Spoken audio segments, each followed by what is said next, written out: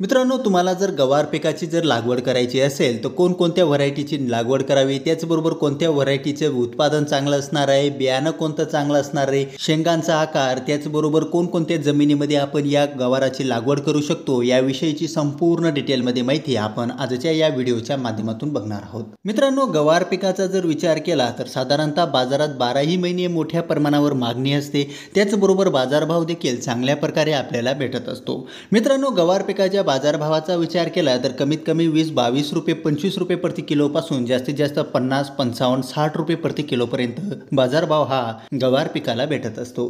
तर नमस्कार मित्रांनो, स्वागत आहे तुमचं आपल्या या यूट्यूब चॅनलवर। मित्रांनो, चॅनलवर जर तुम्ही नवीन आला असाल तर चॅनलला सबस्क्राईब करा आणि बेल आयकॉनवर क्लिक करायला विसरू नका। तर मित्रांनो, आपल्या यादीतलं नंबर 1 जे गवारचं बियाणं आहे ते म्हणजे मित्रांनो स्वाती 222 प्लस। मित्रांनो, स्वाती 222 प्लस या गवाराचा जर विचार केला आपण तर हे लागवडीपासून सर्वसाधारण 38 ते 40 दिवसामध्ये पहिल्या तोडणीसाठी येत असतो। त्याचबरोबर मित्रांनो, स्वाती 222 प्लस या व्हरायटीचा शेंगांचा जर विचार केला तर या शेंगा अतिशय लांब असतात। त्याचबरोबर त्यांची लांबीचा जर विचार केला तर 12 ते 14 सेंटीमीटर पर्यंत लांब असणाऱ्या शेंगा या व्हरायटीमध्ये बघायला मिळत असतात। मित्रांनो, या व्हरायटीचं विशेष म्हणजे दुष्काळाप्रती सहनशीलता असणारी ही एक नामांकित व्हरायटी आहे।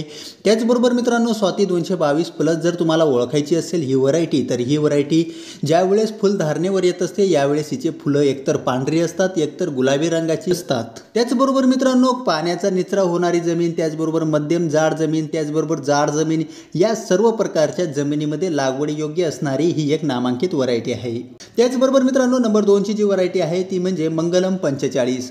मित्रांनो, मंगलम 45 ही व्हरायटी देखील अत्यंत चांगली व्हरायटी आहे, उत्पादनाला चांगली आहे। त्याचबरोबर मित्रांनो, त्याच्या शेंगांचा रंग जर बघितला तर पिवळसर हिरव्या रंगामध्ये तुम्हाला याच्या शेंगा दिसणार आहे। त्याचबरोबर मित्रांनो, कमीत पाण्यामध्ये येणारा हा जो वाण आहे हा वाण म्हणून ओळखला जातो। कोणता वाण मित्रांनो, तर मंगलम 45। त्याचबरोबर मित्रांनो, मंगलम 45 या व्हरायटीची लागवड करत असताना 4 फुटाचा बेड 1 ते 3 फुटाचा बेड पाडून व्यवस्थितपणे एक ते दुसऱ्या झाडातील अंतर हे 1 ते 1.5 फुटापर्यंत असणं गरजेचं आहे। या पद्धतीने जर तुम्ही या व्हरायटीची जर लागवड केली तर चांगल्या प्रकारे तुम्हाला उत्पादन हे भेटू शकतं।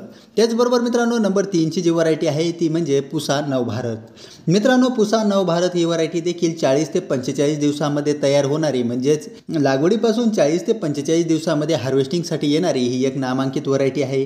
त्याचबरोबर मित्रांनो, या व्हरायटीचं एक विशेष म्हणजे ही व्हरायटी उष्ण हंगामात देखील तुम्ही लागवड करून चांगल्या प्रकारे उत्पादन घेऊ शकतात।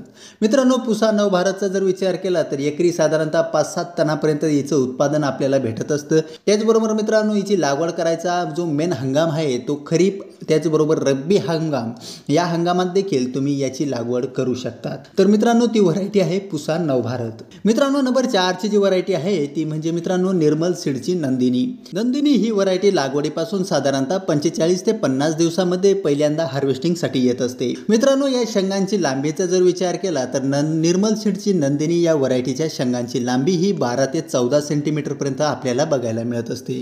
मित्रांनो, या व्हरायटीमध्ये विशेष म्हणजे इतर झाडांच्या तुलनेत यांची झाडाची वाढ ही नेमकी होत असते, म्हणजेच जास्त वाढ होत नाही, मध्यम उंचीची झाडे ही आपल्याला बघायला मिळत असतात। त्याचबरोबर मित्रांनो, शेवटची आणि नंबर 5वी जी व्हरायटी आहे ती म्हणजे मित्रांनो नीलम 61 गोल्ड। मित्रांनो, नीलम 61 गोल्ड ही व्हरायटी देखील अत्यंत नावाजलेली व्हरायटी आहे, उत्पादनाला चांगली आहे, त्याचबरोबर खायला देखील चविष्ट आहे, त्यामुळे या व्हरायटीला मागणी देखील चांगल्या प्रकारे असते। त्यामुळे मित्रांनो, तुम्ही नीलम गोल्ड 61 या व्हरायटीची लागवड करून चांगल्या प्रकारे उत्पादन घेऊ शकतात। मित्रांनो, या व्हरायटीच्या शेंगांचा रंगाचा विचार केला तर हिरव्या रंगाच्या शेंगा असतात, त्याचबरोबर कमी पाण्यामध्ये देखील येऊ शकते। त्याचबरोबर मित्रांनो, हिची लागवड करत असताना 3 ते 4 फुटाच्या बेडावर तुम्ही 2 झाडातील अंतर 1 ते 1.5 फुटापेक्षा जास्त न घेता तुम्ही लागवड करू शकता। मित्रांनो, या ज्या व्हरायटी मी तुम्हाला सांगितल्या आहेत या व्हरायटींपैकी कुठल्याही एका व्हरायटीची लागवड तुम्ही आपल्या शेतामध्ये करू शकतात। त्याचबरोबर मित्रांनो, गवार पिकाची लागवड करत असताना आपल्या लोकल भागामध्ये कोणते बियाणं चांगल्या प्रकारे उत्पादन देते,